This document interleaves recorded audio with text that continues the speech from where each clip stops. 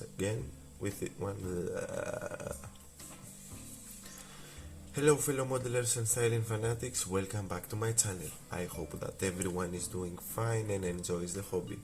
Concrete Banger is back again with one of its notorious episodes. On today's episode we continue our work on the Stug 3 Ausf.G 10.5 cm from Dragon in 1/35 scale in kit number 9058, and we do some work onto it. Don't worry guys, I haven't forget the diorama, I am still waiting for the parts, so we are going to continue working on our Stug.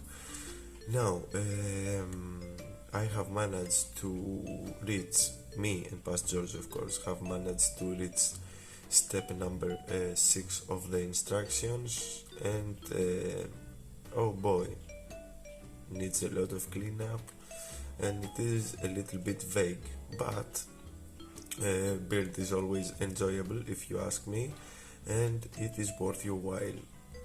So you guys know the drill, crack the mandatory cold one, grab a comfortable seat, and let's see what me and past George have in stock for this episode.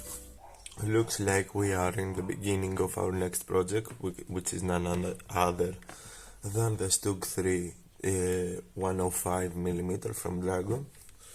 And I remember that I have told you that I am going to reveal my plans in the unboxing video, and I didn't do so. So we're gonna start this video from revealing my plans for this project. Although they are not yet so solid, we are, I would like to say that we are 50% there in planning. So I have two reference photos for this build that I want to replicate. Now you may ask me, how can I replicate two photos? And I can tell you that and I will tell you that I want to replicate two, but I am kinda merging them into one. So over here somewhere in the screen, probably if I do it on the editing sequence, I will add one photo. This photo is from an unknown unit in a snowy region, depicting the Stug in a winter camo scheme. And over here there is another photo, a unknown unit to me because I haven't done my research, and depicts a Stug with a shed behind it. You know, a shed, I am talking about this small house. Now I want to combine these two photos into one, and I want to do a snowy scene with a Stug on winter camo. And because I don't want it to be a simple tank into there, it's gonna be boring. I'm gonna grab the shed that you see in one photo, add it to the scene, and I am in search of some figures to add to the scene as well. Now those figures, what are those figures going to do? I don't know yet. They are going to interact with each other, they're gonna march, I don't have no clue. We're gonna see about the figures. I am just adding figures to add more interest to the scene as well, and because I don't know why, I have the urge to paint figures lately. Now what are we gonna do? What's our next plan? Let me crack open the box, because as usual I am unorganized and I haven't cracked open the box. So here is our instructions, as you can already see,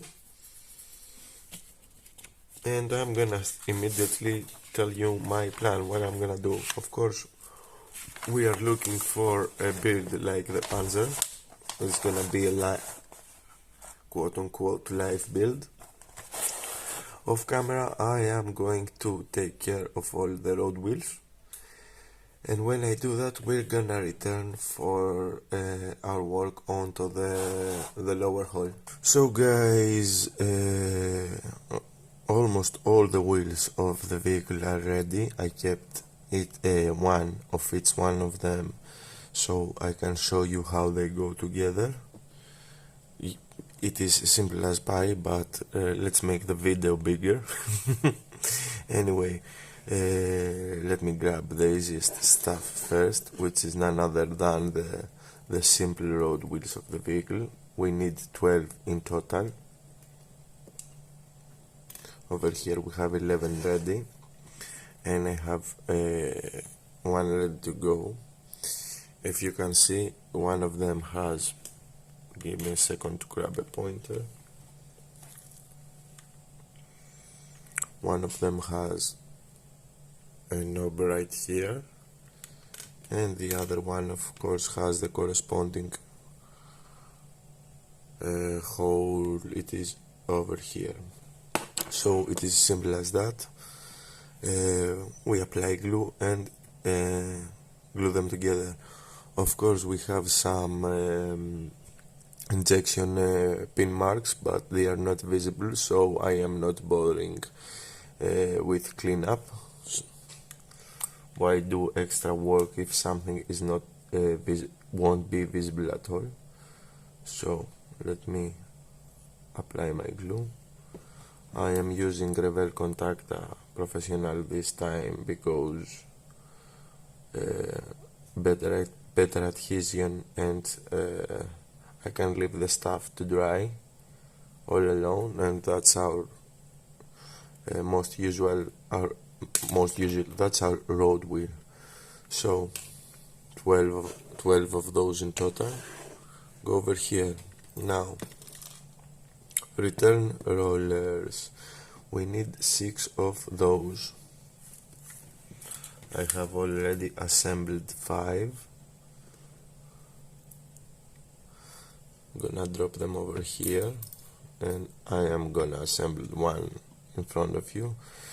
So here the deal is, you see a gap over here at the back of the front part of the return roller, which corresponds to a small square indentation on the other part. Let me apply my glue, of course.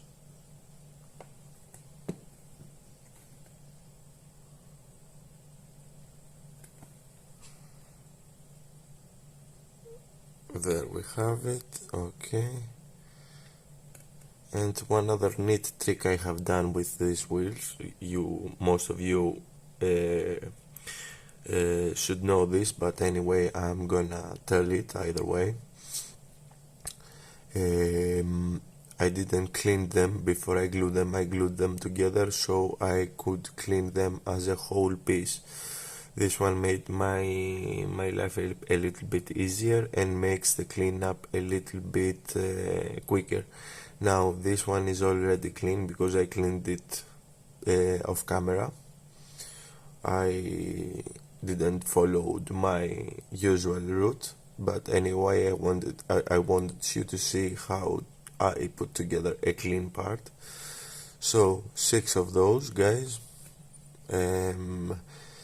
I also wanna point out that I have chosen the return rollers that have no rubber on top of them, because vehicle is probably 90%. This vehicle is a 1944 vehicle, which means that Germany had no resources. I think that they had some problems finding rubber, so parts like return rollers and some other stuff were converted to be plain iron, no rubber surrounding them. I hope that this made sense. So 6 of those. Now we are moving on to our idler wheel. This one was kind of a pain. I'm gonna add somewhere a photo so you can see what I mean. it required a lot and careful cleanup. I was lucky enough to remove the sprue gates without damaging the spokes of the wheel, and here is one glued. And now we are moving to the next one. Things are simple as pie over here. On one side we have the circle inlet, which has a square gap that corresponds in this outlet here with that square indentation, so we can line those two parts up. Keep in mind the thing is a little bit loose, where we are going to attach the corresponding parts, but we will need to fine tune it a bit so it can be like this, you know, so we don't have the rear spokes visible, be as one part. I don't know how to explain it correctly, guys. I hope it makes sense. Probably it will make sense as you see me attach the part, as you watch me assemble the part. So let's see.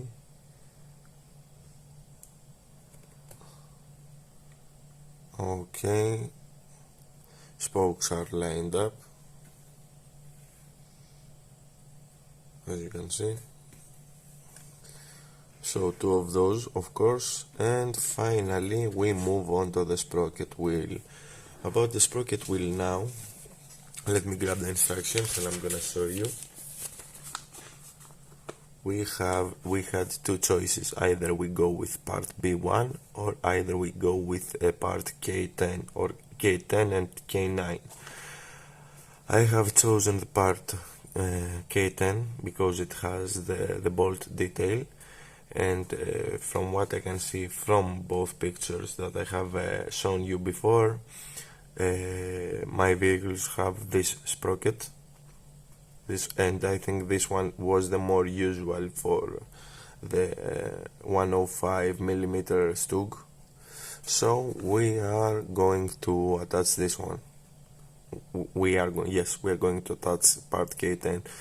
I am lucky enough because I like this part, because it has bolt detail and bolt detail and can catch washes nicely.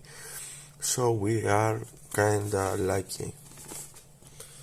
Now, things here are a little bit more complicated because we have a circle outlet that has 3 gaps that need to correspond with this inlet that has 3 protrusions.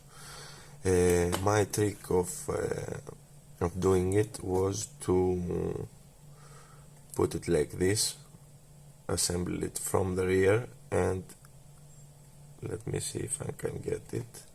Probably I cannot get it on camera, but you can take a look from here, from this angle, so you can see if the teeth if the teeth align, the teeth, not the outer, the teeth, I mean the things over here on the inside. Now, since I've put this one together like this, I'm gonna use extra thin this time. Be careful. Oh no. Okay.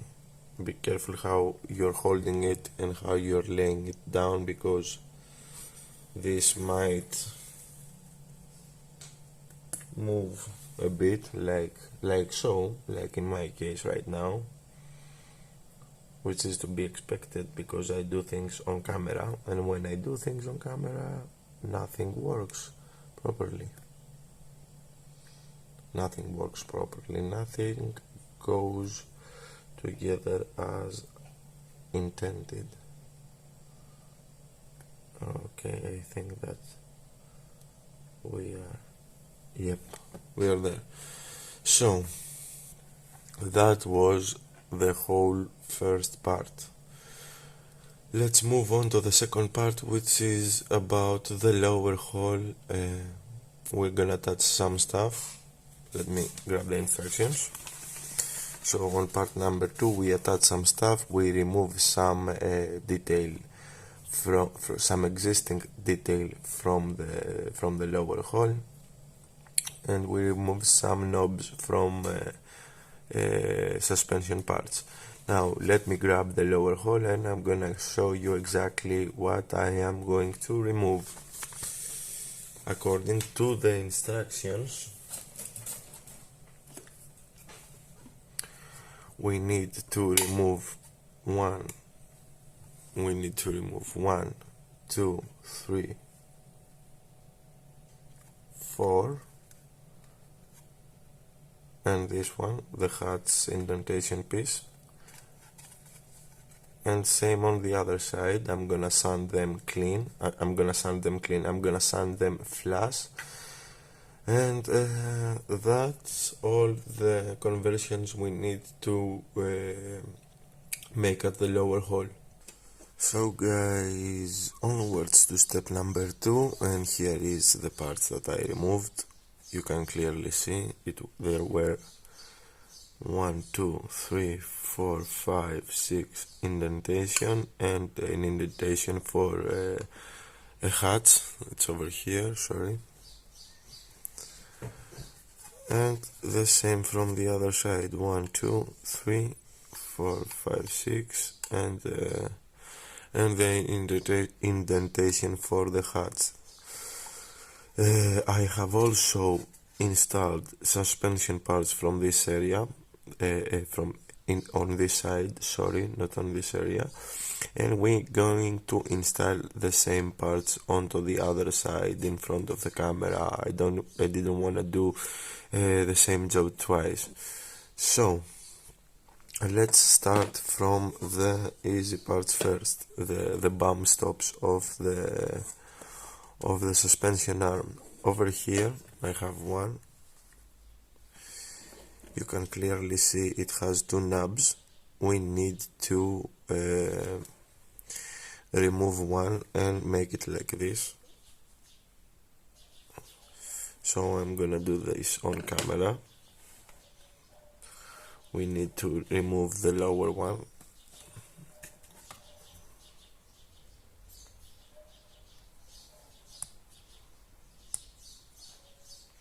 I'm gonna use my X-Acto blade and my diamond file to do that. Easy peasy. And now we need to attach them. Now those 2 parts go, one over here in the front and another one onto the rear.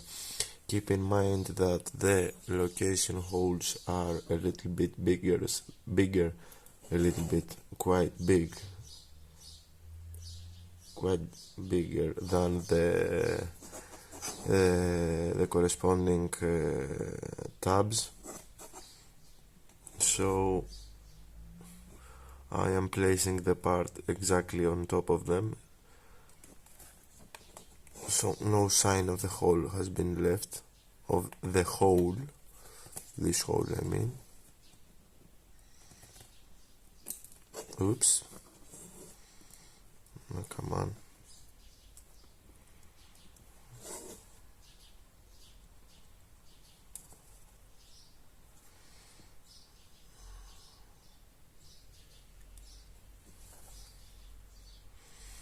And there we have 2 bump stops.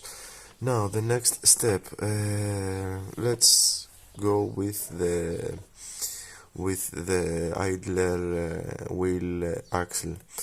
Now this part has a circle carved in it over here, as you can see, and this circle corresponds has to go on top of this one. So a part of that circle, this hole needs to line up with, oh come on, this part over here with this knob. So you need to line both the hole and the circle together. It is pretty easy, like so. And there we have it. This is the bolt that lets the idler wheel loose or tightens it in order to tighten the track and make the sag a little bit less, if that made sense. And now we move on to the sprocket wheel axle. This one is pretty simple as well. It has a thing over here that corresponds to that hole. So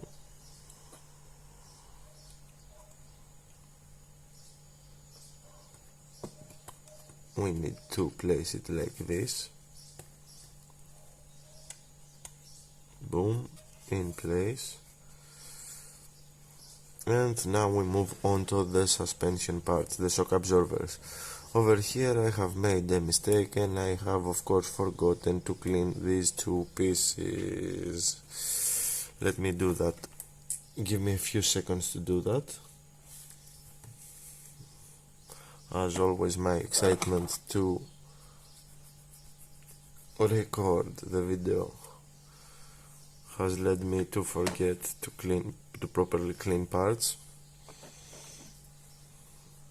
Yeah, why not make the video bigger? Showing you boring stuff. Oh my god.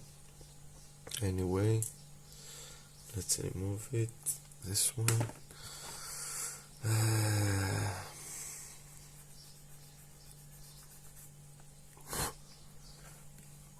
Okay. Now we have two shock absorbers and these two small brackets. Each one of the brackets go to the corresponding holes. One is over here and one on the other side, exactly in front of it. So boom, boom, and let's attach them now. One, yep,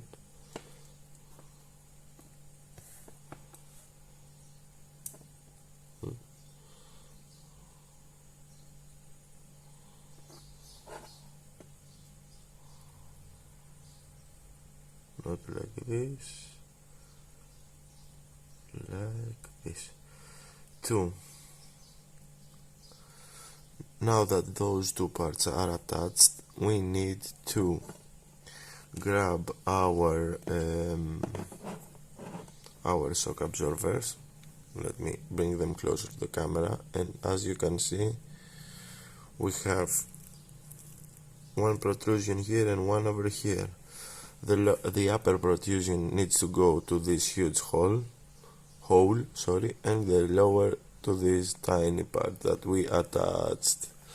Now once again the hole is bigger than the one on the part, so you guys expect a snug fit. And let me see if I can get it in one go. A small tip I'm gonna give you guys is to line up the lower hole first and then the upper one. The distinctive click is because the part does not line up perfectly with that huge hole, but it is what it is.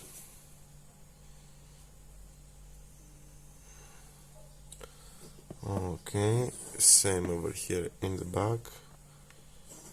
Once again, line up the lower part first, and there we have it. And part 2 is ready. We have attached some suspension parts onto the lower hull, and we move to part 3. Let me grab the instructions so I can show you what part 3 is all about. Now, on part 3 we attach the road wheels. Now the only thing that I am going to attach, and I'm gonna do it in front of the camera, is the return rollers, because as I've said, those are steel parts and they're gonna be the same color as the lower hull or the whole tank. I also need to decide which one of these two front plates I'm gonna choose. I think that this one is going to be my choice, but I will need to see my reference photos. Anyway, we're gonna skip the majority of the part. I'm gonna leave road wheels, idler and sprocket wheel off, because this will go on after I have painted the vehicle. Now I am going to proceed to step number 4, and on step number 4 we have the gun bridge assembly, the main gun assembly. So, okay, I have chosen which armor plate for the front I'm gonna use, and of course is the one with the bolts over the plain one, because on my photos I cannot see clearly which one is used. So since I cannot see clearly, I am opting for this one because it has the bolt detail, and this should catch the washes nicely. It should add a pretty nice detail. So let me attach my return rollers first, and then we will attach the front armor plate. And I want to say a few things about my choices. Whenever I am given with a choice, either it is a part or something on a tank, I will opt for the most detailed one or the most cool one, because it adds visual interest, and because I like it. I like the cooler choice of the additional armor plate with bolts on top of it. So since I don't have a clear photo that depicts a tank with the additional armor plate without the bolts, I am going for the cooler part, which is the one with the bolts. Now, over here in the front, as you can see, there is no indentation, there is no location holes or pins or anything. From what I can see from the instructions, if you look at the plate closely, you can see these two are closer to each other, and in the instructions it shows that the bolts that are closer to each other go to the bottom, so the part should go like that. The bolts should look at the ground, if that made sense. So we're going for that. And if you ask me how I am going to line up the part, I'm gonna answer you that I am going to line it up with the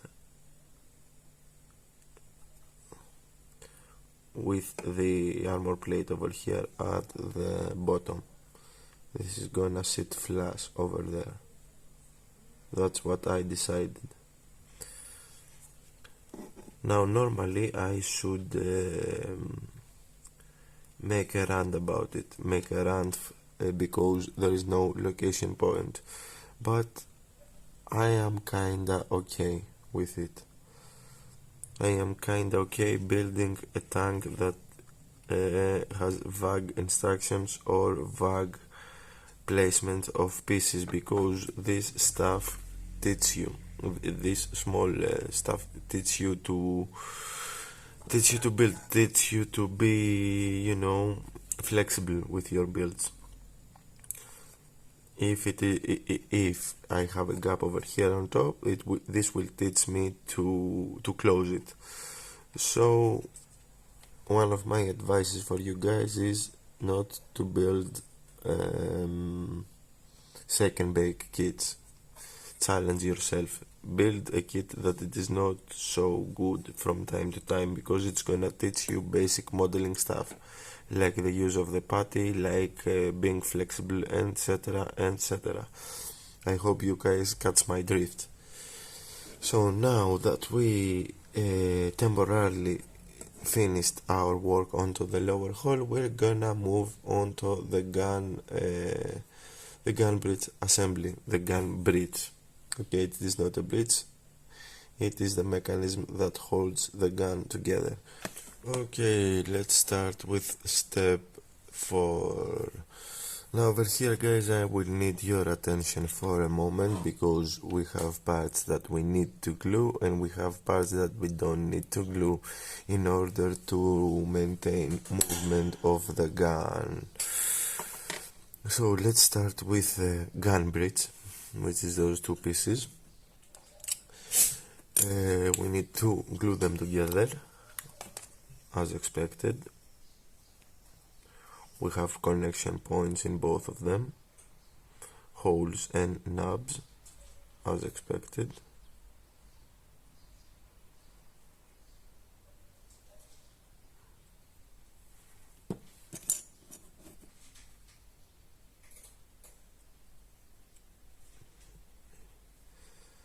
Okay, and now what we need to do, as you can see, we need to sandwich this part, the gun bridge, between those two pieces, but we must not, we won't use any glue over here in the round circlets, because this is what will give the gun its movement. I hope that this made sense. So I keep those two parts like this in my bench, because they are labeled with different numbers. This one is A10 and this one is A11. Of course, and this one is A9, and they go together like this. It has a ridge over here. Part A9 has a ridge that corresponds with both parts, A10 and A11. So we are going to attach one of these over here, one of the pieces over here. I am going to apply glue over here preemptively, because this is going to help me attach the piece. I'm gonna hold with my hands this one over here. We are going to attach the other one and sandwich the parts together. Of course, and we have movement, since we haven't applied glue over here and oh my god, over here in this circlet and in this one. And now what we need to do to finish the sub-assembly, we need to apply the gun manlet.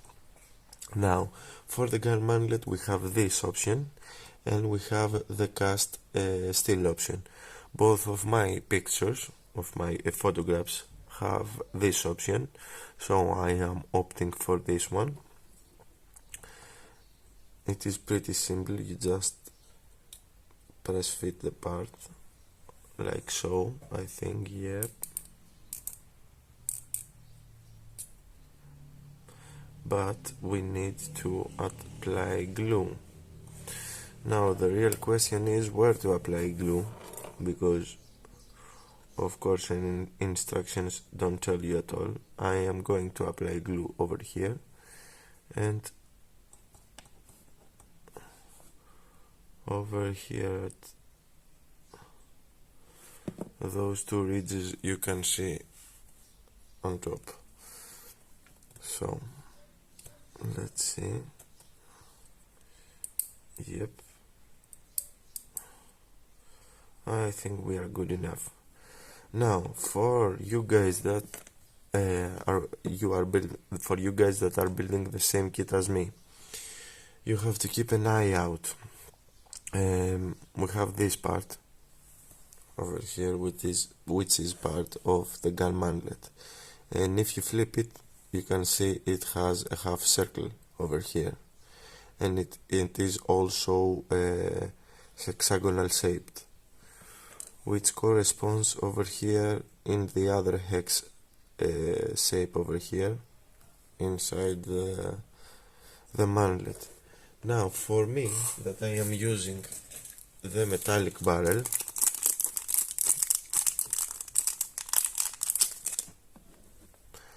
I don't need the half moon circlet to line up the barrel, as you can see, because my barrel is going to be like this. It's going to be just a cylindrical shape. But if you guys are using one of the other remaining barrels of the kit, you have to assemble the barrels, attach them to this part, and line the barrel together. Line the barrel correctly on the gun manlet so you won't face any problem. I hope that this made sense and that you understood what I was trying to explain. So for me, stuff is pretty simple. I am just going to attach this piece over here.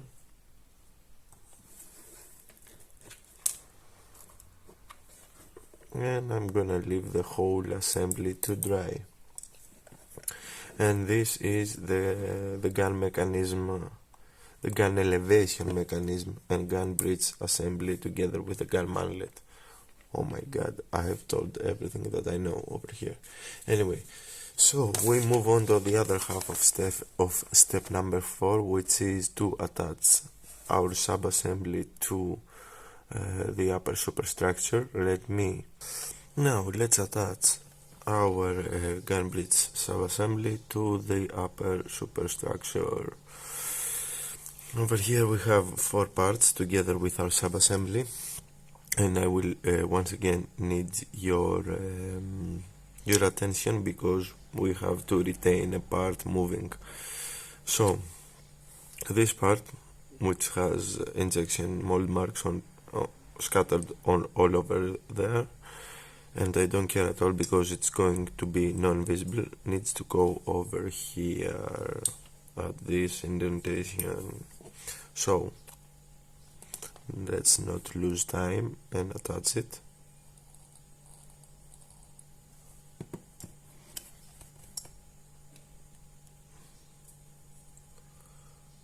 As so.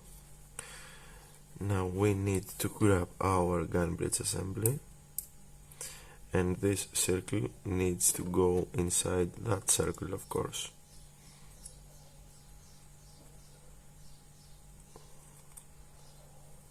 Yeah, easier said than done, of course, as always. Let me do something. Okay.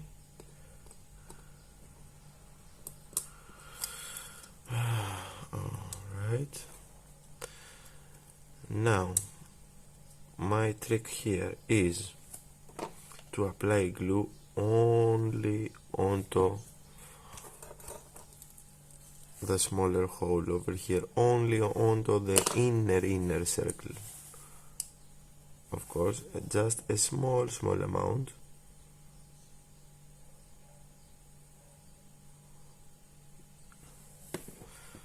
And now we are going to put that cap in place, that I'm gonna name it a lid. We're gonna press fit there, and we are going to hope for the best. I will of course leave it be leave my subassembly be, and we are going to return back for step number 5, and we are going to also return back to see if we are successful in our endeavors. So let me grab the instructions to show you step number 5, of course, while we leave this to dry. On to step number 5, we have to take care of a bunch of sub-assemblies. One sub-assembly, to be honest with you guys, which is none other than the commander's cupola. Then we have to also to choose between two parts, which are going to be located over here in the back of the gun mantlet. One I think is a rubber part, and another one is an iron, a steel part. The steel part needs conversion, because as you can see we will need to remove this blue piece, and the rest of it is just parts of the superstructure. Now what I am going to do, let's add some detail now to the upper hull. And I want to warn you guys that I have attached off camera one and another one. These are hooks, lifting hooks for the superstructure. Parts were totally fiddly. As soon as I cut them off the sprue, they were annihilated, to be honest with you. So I have made the jigsaw puzzle and reattached them. Now we had also a decision to make for this piece. We either use this one or we use another part K5, so I opted for this one. And we also need to convert it. What's the conversion we need to do is to remove this ridge over here. So I'm gonna do this on camera.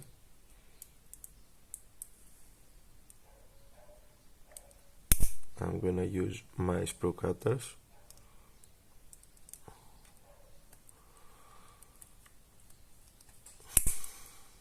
And then I'm gonna sand the part down with my diamond files. If you guys don't use diamond files, my suggestion is to go and grab some. Mine are coming from the little supermarket. They are pretty handy. I almost sand everything with them.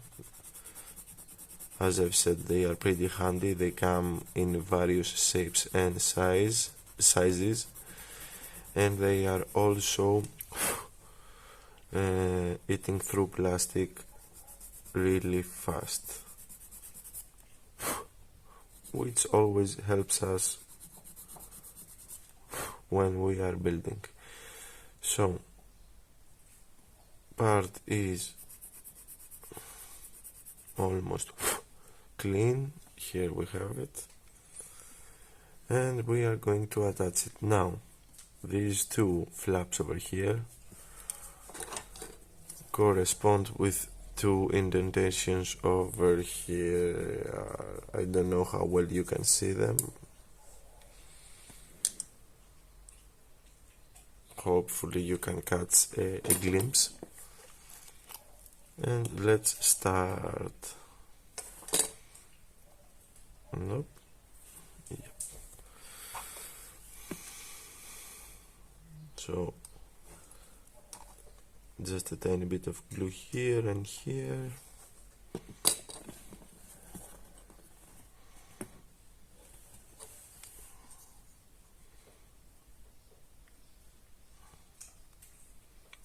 And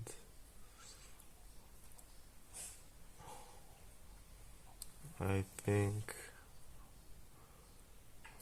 no, we are not yet there. Okay.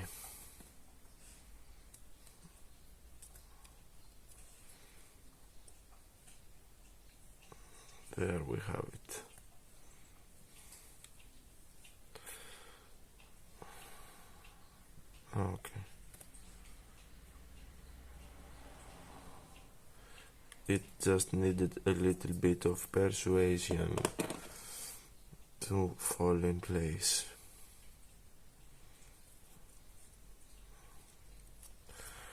Now we're gonna leave this aside, then we're gonna focus onto the upper hole.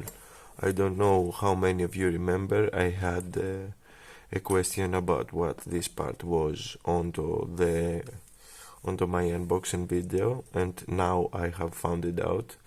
This part creates a slope over here at the commander's cupola, so we don't have a cell trap. What a cell trap is that it's a 90 degree angle, so, which means that if a cell is coming this direction and hits this spot, it's gonna trap over here, and we're gonna possibly have a penetration, which is always bad news in tanks and other military vehicles. So what this is, this creates a slope which helps redirect a cell so it glances. I think that glance is the right word to use. So this part goes over here. I lined it up exactly with this detail over here, which is none other than a vision block, quote unquote. And now we have to grab this telescope. I'm gonna name it telescope. So as you can see, this is the piece that is gonna pop off, that's gonna pop out of the turret, and the rest of it is going to be an interior part. So we need to flip this over. We have a square indentation over here, which helps us to line up the part, and we're gonna grab this one and put it over there. Now keep in mind that we need to paint this telescope. No, yeah, this thing a different color than the rest of the tank. I'm gonna put a note for it on my instruction sheet. And now is the time for us to attach the roof of our superstructure to the rest of it, to the rest of the superstructure.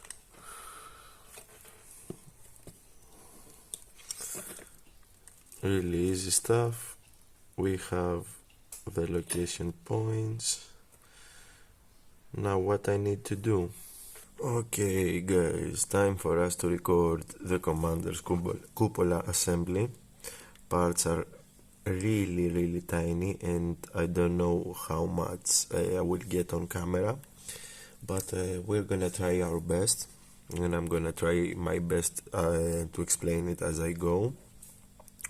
Now let's start, and we will see. I'm gonna see if I am gonna keep this clip onto the editing version. So we're gonna start with this part. All these parts, of course, sorry, all these parts are for the commander cupola assembly alone. We're gonna start with this part. Be extra careful because all around this surface is scattered with injection mold marks, and I forgot one, and we need to clean it up carefully because some of them may be visible. So we're gonna start by this. Keep in mind the orientation I'm holding the part. There is a cylindrical indentation here, and exactly on the bottom of it on the other side there is this thing which is for the periscopes. So I'm gonna hold this in place. I'm gonna of course use extra thin for this assembly. And let's see where to start from. Okay, I'm gonna grab this one and we're gonna feed it like this over here in this gap.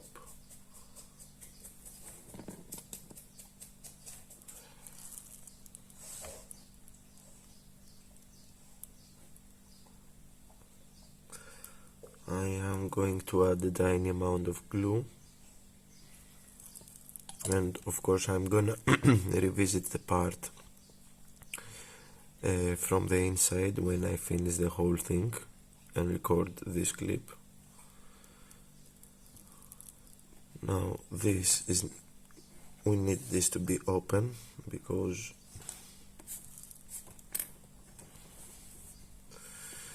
we need to feed the periscope through it. And oh my god, I am facing problems already.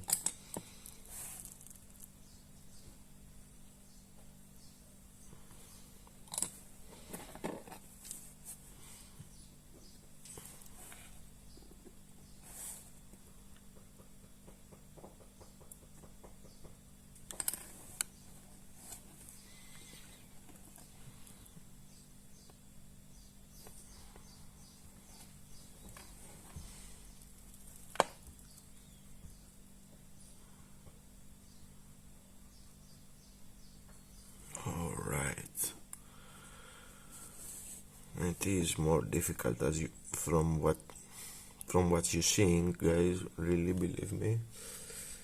Now let's continue. We need to grab this tiny little piece, and from what my vague instructions are calling, I think it needs to be positioned on top of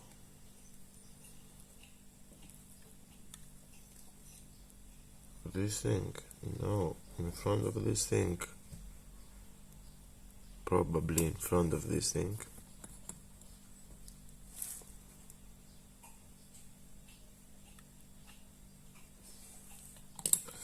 Capillary action will do its job.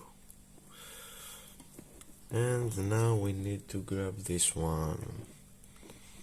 This one is the part that secures the cupola in place.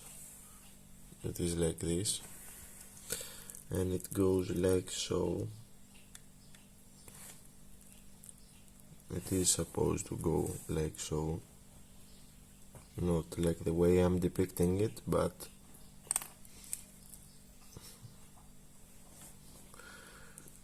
close enough.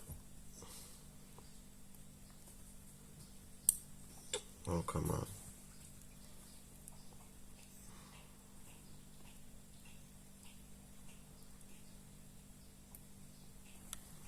Alright.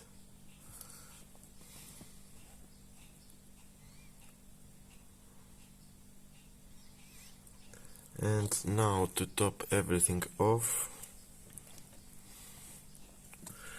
we need to add this piece. Oops. Slippery fingers today. We need to add this piece. This piece, as you can see, it has the bolt detail, these 3 ports over here, that they need to correspond over here with this part. It also has this hole which corresponds with this part over here. So let me try to do that on camera, and if I fail, of course I'm gonna do that off camera.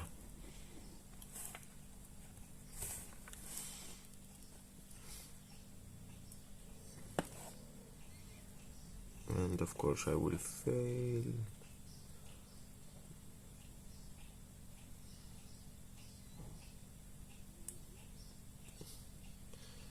Yeah, right.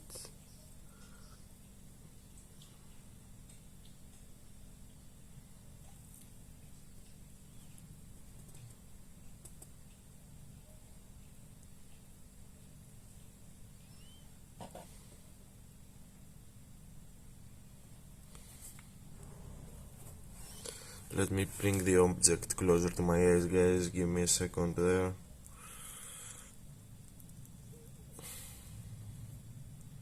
I think that we are in position. And finally we need to feed the periscope through the hatch. As you can see, it has a square bracket that corresponds over here, and since I have the opportunity, I'm gonna add a little bit extra thin around the hatch for good measure.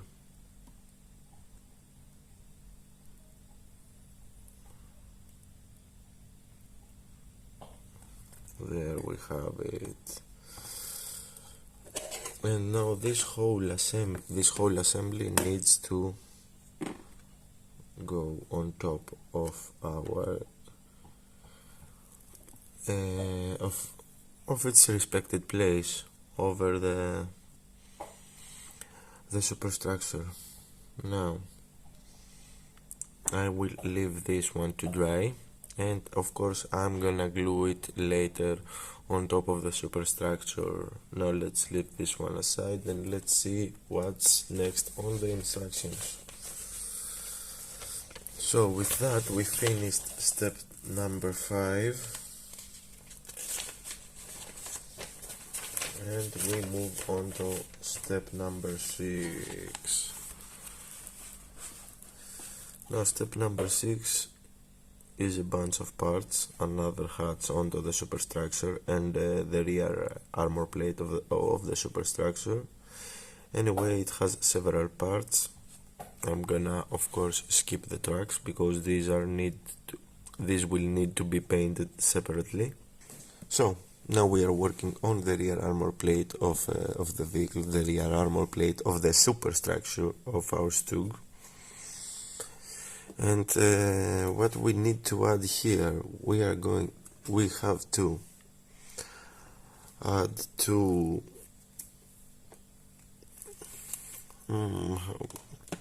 antennas, the antenna mounts. It took me a while to tell that, but I remembered it luckily. One of them goes onto a square and indentation over here.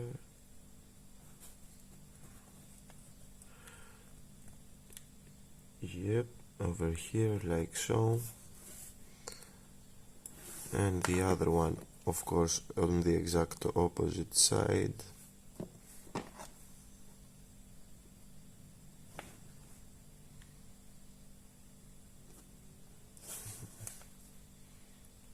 Spot on. Okay, now we need to attach also this part, which is something like an exhaust port. Sorry about that, guys, phone call as usual. What I was saying, okay, over here we have to attach this thing, which is something like an exhaust, a flying exhaust. And as you can see, onto the rear of the part we have two holes that corresponds with those two more protruding pieces out of the 6.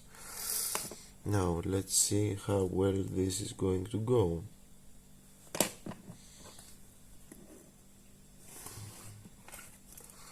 Of course, and this is another piece that it's going to fight me to the bitter end. Yes.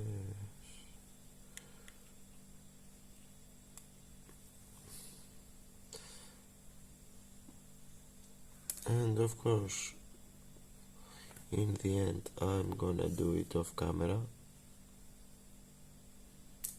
Yep, I'm gonna do it off camera, guys, really, sorry.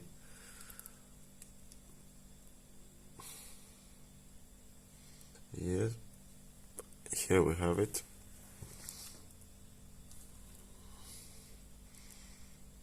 Exactly as well it should be. And now we need to attach this piece onto the superstructure. So if you flip this piece from the rear, you can see that we have this ridge. This ridge will help us to line up the part and stop it where it needs to be stopped. stopped.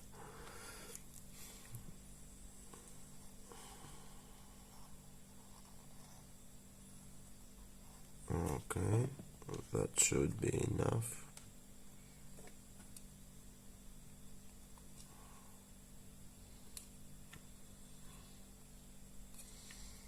For once in my life I test fitted the parts.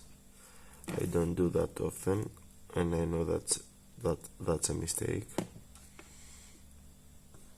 And now that we've got this in place, we also are going to attach the loader's hatch. Now we have two different hatch doors. The one with the detail, and when I'm talking about detail, I am talking about this one, is of course the left one, as you can see, as we see the part right now. And I don't know why I am attaching the piece without applying glue, but anyway, shit happens all the time, especially in my bench. Okay, one piece over there, and the other one should fall in place onto the other side.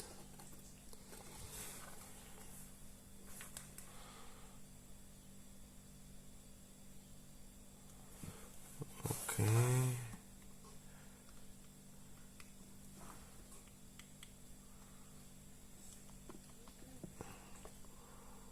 Alright. Like a glove. Now with that part done, we have made it up to the end of the sixth step of the instructions. Of course, there is a spare tracks holder over here that I am going to skip, because as I've said, I will need to assemble and paint the spare tracks separately from the rest of the vehicle. So guys, I have checked my video queue, if I can call it a video queue anyway, and looks like I have enough footage to wrap up an episode. I don't want it to be too big or too small, but it is something. It may be not so adventurous, but it is something. So, with all that said and done, we have made it to the end of this episode. On our next episode, we will continue, of course, with the assembly of our Stug. And I hope that you guys found this video helpful and interesting, and stick along for the next one, of course. Before I go, I wanna thank each and every one of you guys that watched this video. A special thank you to all my subscribers, new ones and old ones. You guys are the best, and you are the reason I keep doing these videos. For the newcomers out there, welcome guys. I hope that you like what I do. If so, you all know what to do. Leave a like, comment with your thoughts and opinions, share the video if you believe it deserves to be shared, or even consider subscribing for more builds to come your way. Until the next time, fellow modelers and friends, take care and model on. It was that Mofo Daemon, signing out.